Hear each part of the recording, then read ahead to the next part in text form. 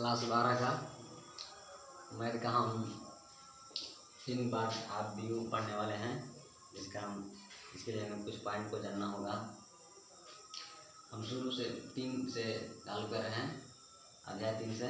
इसके लिए हमारा 3 पार्ट में है आप व्यू हमारा है लेसन 3 मैथ में आप व्यू क्या है, इसके हम कुछ पॉइंट जानते हैं। इसके लिए पहले क्वेश्चन बनाने से पहले आप व्यू किसे कहते हैं?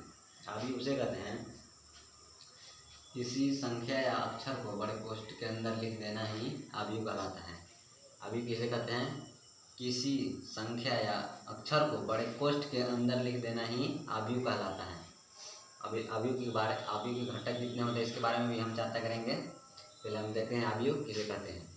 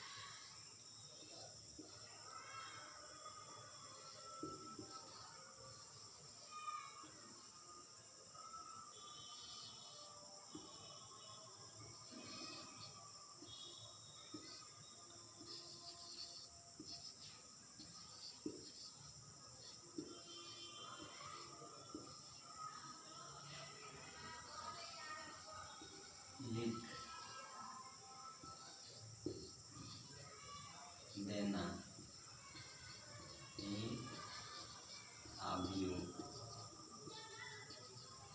कहलाता है।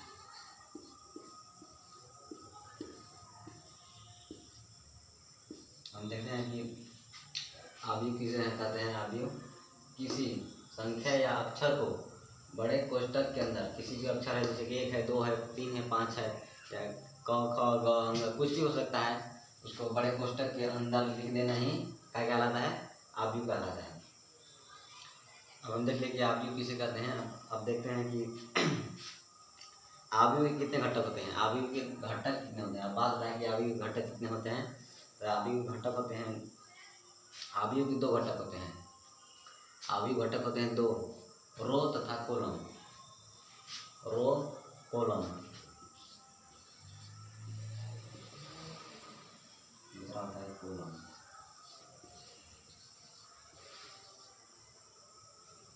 इस तरह के रेखा का क्या कहते हैं? रो। और इस तरह के क्या कहते हैं? रेखा का कहते हैं लाइन को कॉलम। इसको क्या कहते हैं? कॉलम। इसको कहते हैं रो। इसका हिंदी होता है क्षैतिज। इसका हिंदी होता है क्षैतिज।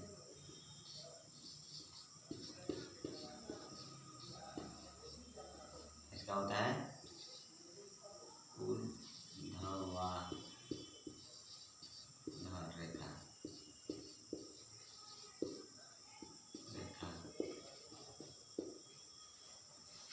घटक है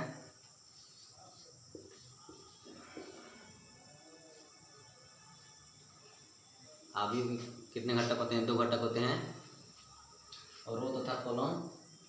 और इस तरह के जो कड़ी लाइन रहती है उसको कहते हैं रो, और इस तरह के जो खड़ी लाइन रहती है उसको कहते हैं कॉलम। तो आव्यूह के 2 घटक होते हैं, रो तथा कॉलम। और हम देखेंगे आव्यूह की रचना करेंगे कि आव्यूह होता कैसा है। आव्यूह की हम रचना करने वाले हैं। देखिए हमारा आव्यूह की रचना कैसे होता है।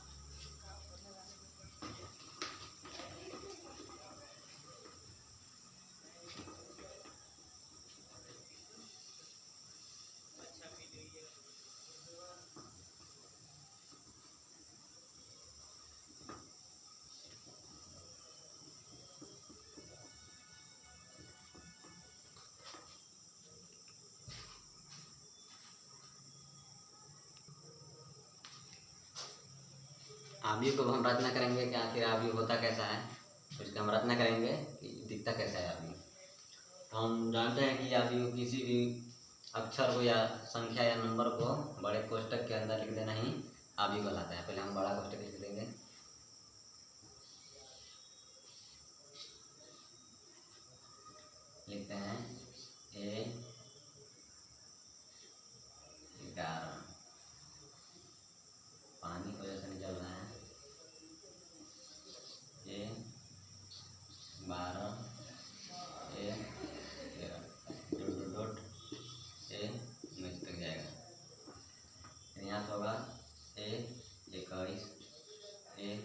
22 डॉट डॉट डॉट डॉट कितना तक ये 29 तक। लाइट थोड़ा सा देखिए इधर देखिए दिखा रहेगा। तो अभी की रचना हो गया। इसके बड़े कोष्टक के अंदर लिख देंगे 11 12 इस तरह डॉट डॉट डॉट 19 तक। 20 तक नहीं जाएगा क्योंकि अगर यदि 20 तक जाएगा तो यहाँ पर हो जाएगा रो। तो ये पहले का कहते हैं रो और दूसरा का कहते हैं कॉलम। अगर पहले का 1 होगा तो दूसरा का 0 हो जाएगा तो गलत हो जाएगा। इसके अंतर्गत अभी को अंतर्गत नहीं होगा। जैसे कि रो कॉलम इसका 2 घटक होता है तो वो घटक शून्य नहीं होना चाहिए, इसलिए यहाँ पर 20 नहीं होता है, डायरेक्ट 19 के बाद डायरेक्ट फिर 21 से चालू होता है। हो गया अभी की रचना। ये हमारा हो गया अभी की रचना। अब देख इसको, अब ये हो गया अभी हमारा रचना। अब देखिए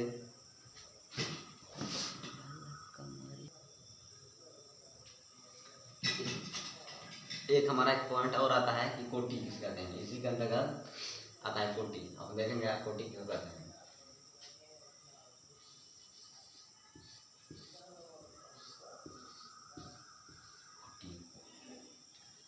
कोटि रो तथा कॉलम को गुना के रूप में लिख देना ही, क्रॉस के रूप में लिख देना ही क्या कहलाता है कोटि।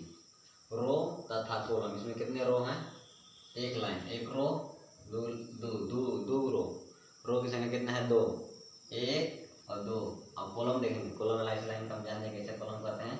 1 2 3 4, इसमें कॉलम कितने हैं 4।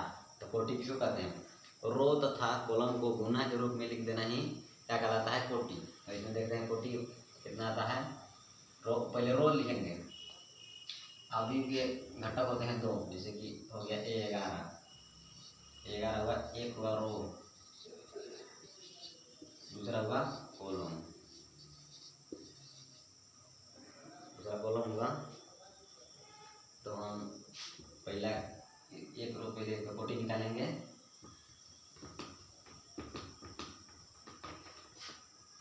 ऐसे कोटि पे रहता रो तथा कॉलम को क्रॉस के रूप में लिख देना ही कोटि कहलाता है।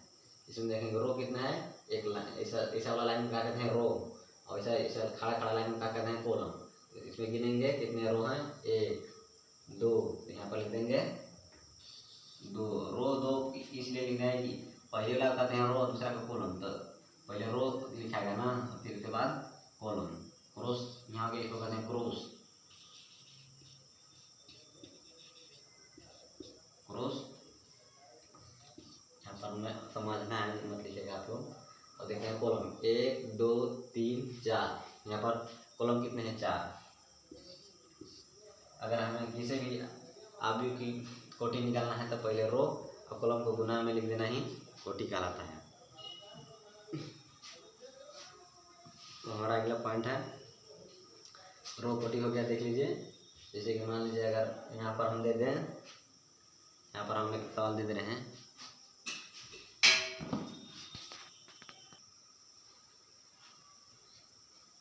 यहाँ पर 1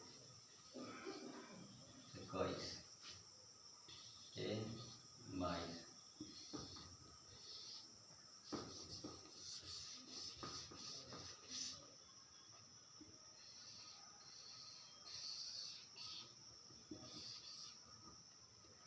अब हमारा 11 12 21 22 ये हो गया अभी प्रश्न।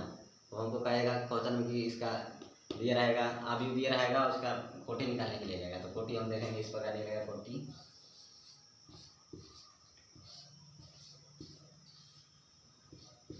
गिनेंगे रो की संख्या, रो की संख्या कितना है, इसमें गिनेंगे 1 2, 2 लाइन है रो, ऐसा ऐसी लाइन, उसको क्षैतिज रेखा, उसको लिखेंगे 2 है तो 2, क्रॉस के 3 लगाएंगे। और देखेंगे कॉलम कितना है 1 2, देखेंगे 2, ये हमारा हो जाएगा कोटि बराबर आंसर। रो कॉलम को हम इस प्रकार निकालेंगे। और फिर आता है हमारा अव्यय। तीसरा पॉइंट है अव्यय।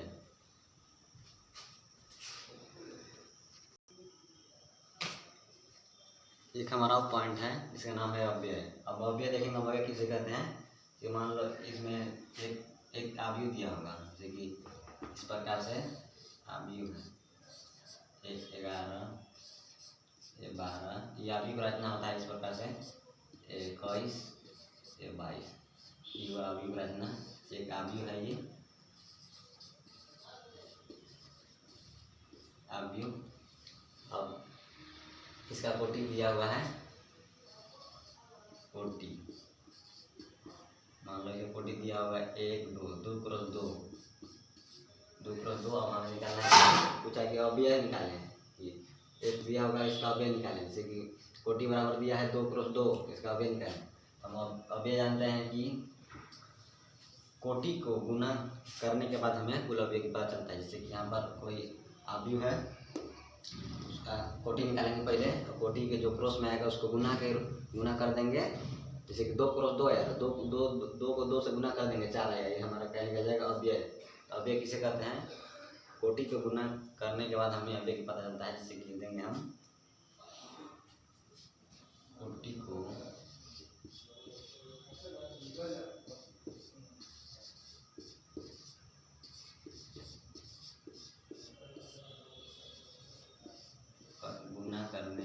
कोटि को गुना करने के बाद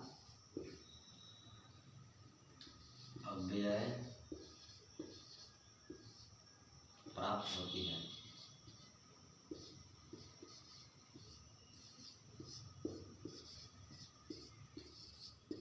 जैसे कि यहाँ पर दे दिया एक अवयव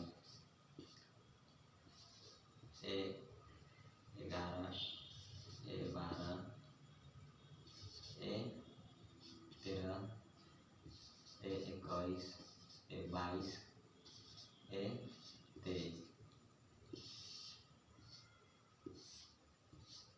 अब हमें इसमें अवयव पता करना है कि अवयव इसमें कितने दे दिया। इसमें कोटि बराबर, इसमें मान लीजिए दे दिया या नहीं भी देगा तभी निकाल लेंगे हम। देखिए कोटि बराबर 2 क्रॉस 3, तब हमें कहेगा कि अवयव बराबर 8।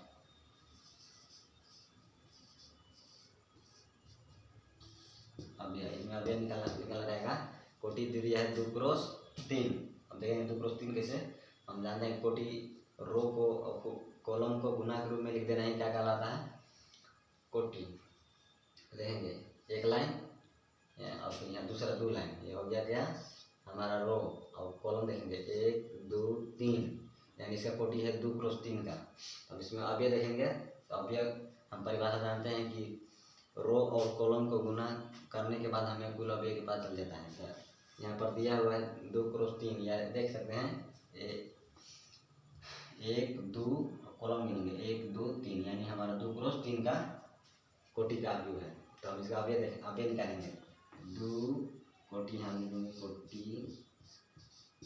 बराबर 2 क्रॉस 3, तो अवयव इसको गुना करने के बाद हमें अवयव पता चल जाएगा। 2 2 3 6, ये हमारा क्या आ गया अवयव। अब यहाँ पर काउंटिंग कर सकते हैं 1 2 3 4 5 6, ये हमारा क्या आ गया अवयव। यानी अवयव के अंदर मतलब अवयव में जो रहता है नंबर उसी को यह गिन कर बताता है अवयव। हमारा अवयव खत्म हो गया। अब हम अगला पॉइंट पर देखें बढ़ेंगे।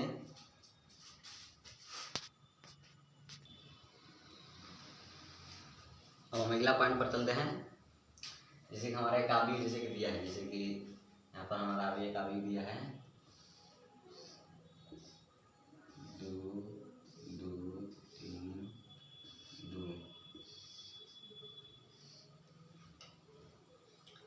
इसका निकालना है कोटि।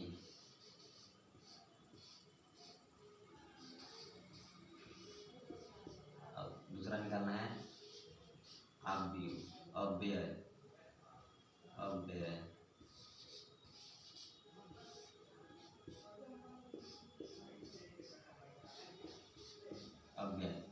एक हमारा एक अवयव दिया गया है, इसमें हमें निकालना है कोटि और दूसरा निकालना है अवयव।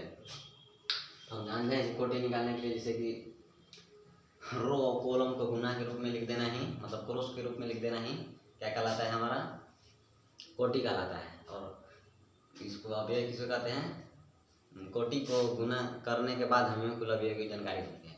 तो हम पहले देखेंगे इसमें कोटि निकालने के लिए कि इसमें रो और कॉलम कितने हैं। रो गिनते हैं 1 2, जब भी रो गिनेगा वैसे पूरा गिनेगा। ई लाइन में ऐसे नहीं कि एक है यहाँ दो है, ऐसे नहीं, पूरा यहाँ से एक, यहाँ से फिर दो। तो हमारे रो कितना है, एक और दो, दो लाइन लिखेंगे, दो क्रॉस। अब यहाँ पर कॉलम गिनेंगे, एक दो, यहाँ है दो।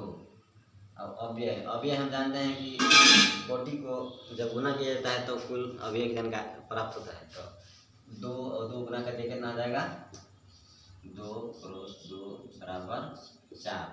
हमारा यही आ गया आंसर। अब चार यहाँ पर गिन लीजिए, एक दो तीन चार, इसमें चार अव्यय हैं, यही निकालना आता है कोटि और अव्यय। अब यहाँ पर ए बराबर होना चाहिए, यार ए बराबर दिया हुआ है और बी बराबर 3 6 7 2। इसका आप कॉपी में बनाइए, बना के देखिए। कोटि पहले निकालिए कोटि और दूसरा निकालिए अव्यय।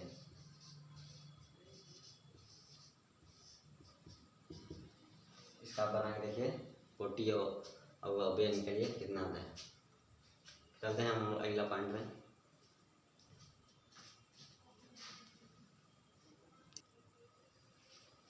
एक एग्जाम्पल हम और ले लेते हैं जिसमें हमें कोई कंफ्यूजन न रहे कोटि और अव्यय निकालने में या अव्यय का मतलब देखते हैं। ए बराबर मान चलिए, ए बराबर कितना है, ए बराबर 7 3 2 6 2 8 2 9 6 7 5 4।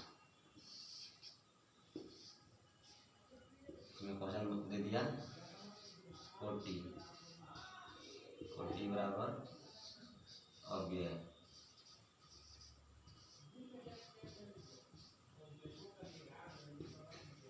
इसमें कोटि हम देखेंगे और अव्यय निकालेंगे कि अव्यय और कोटि इसमें कितना है। तो कोटि पर पहले चलेंगे, कोई हम कोटि निकालने के लिए किसी करते हैं, पहले हम काउंटिंग करते हैं रो को, रो इसमें कितना है, कैलन 1 2 3, इसमें कितने रो हैं 3, क्रॉस अब कॉलम 1 2 3 4, 1 2 3 4, इसमें कितने कॉलम है 4। हमारा कोटि पता चल गया। अब निकालेंगे अव्यय। अव्यय इसको गुना कर देंगे, हमारा अव्यय पता चल जाएगा। 4 तिहाई 12, ये हमारा आ गया आंसर। अगला पॉइंट हम देखेंगे।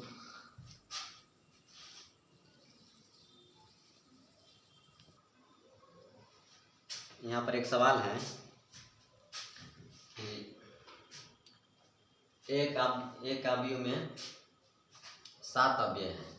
कोई अवयव है, जैसे मान लेते हैं ए बराबर यहाँ पर दिया है, ए बराबर कोई अवयव यहाँ पर दिया है, एक अवयव में दिया है 7, उसमें अवयव बराबर 7 अवयव है 7। उसको हमें निकालना है। संभावित कोटि की गणना कीजिए, बोल रहा है कि संभावित कोटि की गणना कीजिए, जिसमें कोटि निकालना है। आप सवाल लिख लीजिए सवाल करके कि एक अवयव में 7 अवयव हैं, तो उसकी संभावित कोटि की गणना कीजिए। यहाँ पर नोट बनाते जाइएगा, क्योंकि अगर हम जब 3.1 जब स्टार्ट करेंगे तो इसमें बनाने में क्वेश्चन में कोई त्रुटि न हो, आप एकदम आसानी से समझ जाएगा। इसका पीछे मेन खेल रहता है, पीछे उदाहरण समझिएगा, इससे बहुत आगे बढ़िएगा। बनाने में क्वेश्चन में कोई तकलीफ नहीं होगी, कोई मुश्किल का सामना नहीं होगा। इसके अगर हम पॉइंट समझते चलते हैं तो हमें एकदम क्वेश्चन पूरा आसान लगेगा। 3.1 के लिए हम तैयारी कर रहे हैं। इसमें और कुछ पॉइंट है जो हमें पढ़ना है, कुछ और ज़्यादा नहीं है बस। तो इसमें बोल रहा है कि एक अवयव है जिसमें 7 अवयव है, इसमें हमें याद करना है, संभावित कोटि गणना करना है। हम देखेंगे इसमें 7 अवयव है, तो अवयव 7 है, इसको हम लिख सकते हैं कोटि बराबर 1 से चलते हैं, रो रखते हैं 1, क्रॉस है तो क्रॉस, और 1 में कितना से गुना करेंगे 7 आ जाएगा, कितना मतलब यहाँ पर 7। अब फिर देखेंगे कि 2 से गुना करेंगे नहीं आएगा, 3 से नहीं आ जाएगा, 7 से 7 गुना करेंगे 50। अब इस प्रकार एक अवयव कैसे आएगा, यहाँ पे देख लीजिए। मान लीजिए यहाँ पर एक अवयव है। अब रो के कितना